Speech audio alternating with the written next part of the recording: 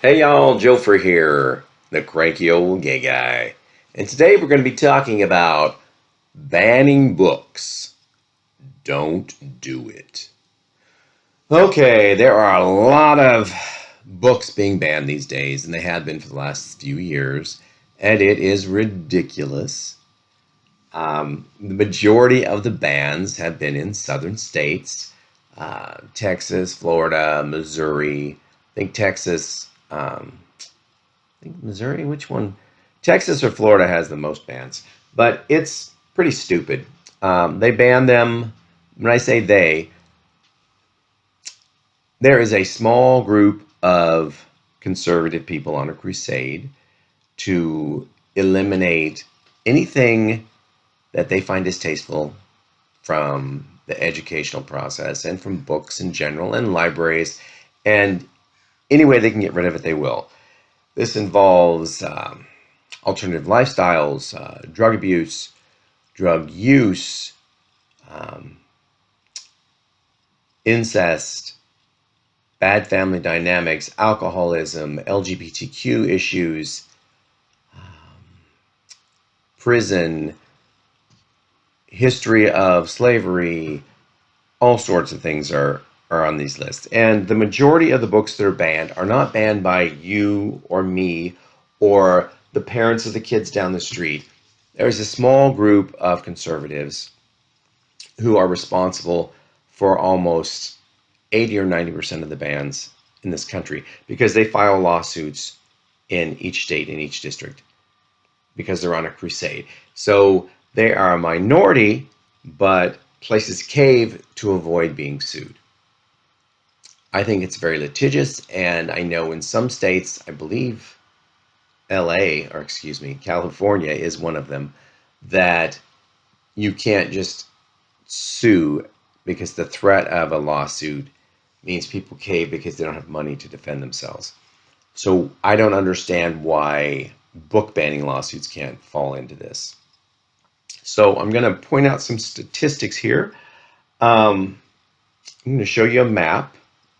Let's look at this map right here. Okay, with this map, you will see all the states that are colored are the ones with bans. And then this next chart right here shows you the percentages and what is banned, why they're banned. Okay, back at me now. Here's a question for you. How do you get on the banned book list? Why? Why do I want to know? Because I have a couple books here. This one that sponsors the show, 35 Letters, Letters from a Mother to Her Son by Joseph L. Ferguson. And this other one, an unofficial sponsor of the show, A Life in Letters by Rodney Rhoda Taylor. Both of these should be banned in these states because they do deal with a gay theme. And I think if we could get these books on the banned book list, sales would go up. So if you're one of these people out there who are suing to try to keep books out of schools and out of public libraries, please take these books into consideration and add them to your list because, oh, the authors would really appreciate it. And then my show could grow because I'd have a wealthier sponsor. Right? Right. So I want to know, what do you think of banning books? Good idea, bad idea? Are there books that you would like to not see? Are there books that maybe aren't necessarily banned but should be moved to an adult section because of adult themes, or you just don't want kids to know about certain things like certain families are mixed race? Oh, we got to put that in the adult section. Is that how you feel? I'm guessing that no one that watches this channel would feel that. I don't know. I don't know if you would be bothered by real life stories that may have a sexual nature to them that your child may read. Let's say your 5th or 6th grade kid. They might read that someone got pregnant Well, according to that list I just showed you, if you bring up pregnancy or abortion, that book is banned too. So I want to know what you guys think. How do you feel on this subject? And is it something that should be changed at a national level? Or should we allow individual states, cities, communities to decide what their people can and can't read? Because this is the United States of America, where there is freedom of speech. And I believe, well, and there's freedom of expression, but I believe freedom to read what you want should also fall into that category.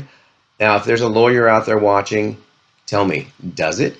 Because if it does, then how are all these places getting away with banning books? That's my question. And you notice I didn't even bring up pornography, because you're not going to find pornography in schools or public libraries. And when I say that, I guess everybody has their own definition of pornography. Pornography to me is hardcore. The only intent is to arouse the reader through visuals. Yeah, words aren't pornographic. I don't care if it's cuss words. I don't care if it's describing a scene of an orgy. That's just literature. That's just writing. That's just creative writing. That's just reporting on what really happened, etc. That is not porn. And if you get upset because your kid reads that, well, I think that's an issue with you and not your child. Because your child, if you don't think your child is ready for that, well, maybe your child isn't, and they're not going to know what's going on anyway. Or it could be the opportunity for you to sit down with your child and say, oh, you read this? Tell me about it. And then the child talks or is embarrassed or whatever about the story. Then you take the story and you read it and you go through it together and you explain exactly what's going on.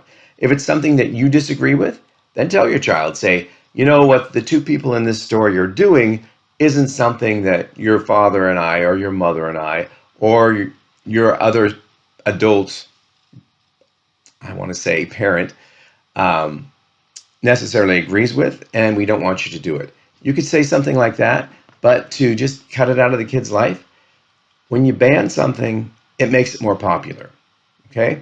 And there's this thing called the internet. So when you ban a specific book, All Boys Are Blue, I think that's one of them that's banned in the city. Kids are going to hear about that, and then they're going to be curious as to why it's banned. So they're going to look for it. So they're going to be able to go online and read it anyway. So think about that. You are pushing you. And when I say you, I don't mean you, the viewer. I mean you, the people who are trying to get books banned. You're creating a bigger problem because books are not the biggest issue in the society that needs to be corrected. You have people starving. You have people living on the streets. You have, God, all sorts of things that have nothing to do with banning books. So why are you wasting your time doing that when you could be pursuing real change that would actually help a lot of people? That's all I'm going to talk about today. This is a very short video. I am going to give a shout out to all the librarians out there and all the booksellers out there and all the legislators or parent groups, etc., that are trying to stop book banning, because that's very, very important. And if this ever comes to your area, please do the right thing and stand up to ban book bans. Okay, and today's shout out, isn't it? Well, I'm going to give you another one. I'm going to suggest a YouTube channel called Savy Writes Books. And let me just turn on my screen here.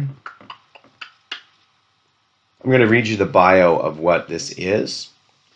It's a channel about books and business. I, Savy, review awful self-help books by scammy business gurus, discuss the ethics of various business practices, talk about my own experience as a small business owner, and discuss taking down MLM, multi-level marketing companies. The channel is pro-woman, pro-LGBTQ, pro-free speech, and anti-MLM, anti-scammer, and anti-echo chamber. Okay, I've watched quite a few of this channel's videos. Some of them are pretty good. Oftentimes she'll interview authors. Other times she'll talk about what she's working on. And I believe her genre is more young adult. I think she identifies as bisexual. She has a husband or a fiance or boyfriend she lives with. She comes across to me as very quirky. She has her own sense of style. I think she also, I want to say she has merch that she sells that she's designed, clothing wise, but don't quote me on that one. I thought that's what I heard. I discovered her by watching another YouTuber who interviewed her, and I thought, wow, she's really interesting. So then I went to her channel and, went down that rabbit hole, and now I'm a subscriber there too. So I would suggest you maybe do that. And Savy writes books. It's at Savy, Savy, writes books, and that is on YouTube. So check her out. Her little icon, wow. Picture Where's Waldo with blonde curly hair coming out from under the hat. The hat's not striped. And big glasses. And it looks like maybe a stick with some purple feathers on it. I'm not sure. I have never seen the person on this channel actually look like this. I can see her there, but I don't recall seeing. I've seen her with several different hairstyles, and man, sometimes she'll look totally different. But it's not about that. It's about the books. And a heads up, she also seems to be really into the American Doll thing. She collects them, and sometimes she does little role playing with the doll on camera. You'll have to see it to understand what I'm saying, but it's a channel you should probably check out. All right. I want to say thank you all for comments, suggestions, likes, and shares. And to all of you who sent me private messages via email regarding my last video, thank you very much. I do appreciate that it touched you and that you watched it. And I hope that you share it with someone who you think might get something out of it. Okay, I am going to go. I'm going to say goodbye for now. I will see you next time. Same place, same channel. Talk to you later.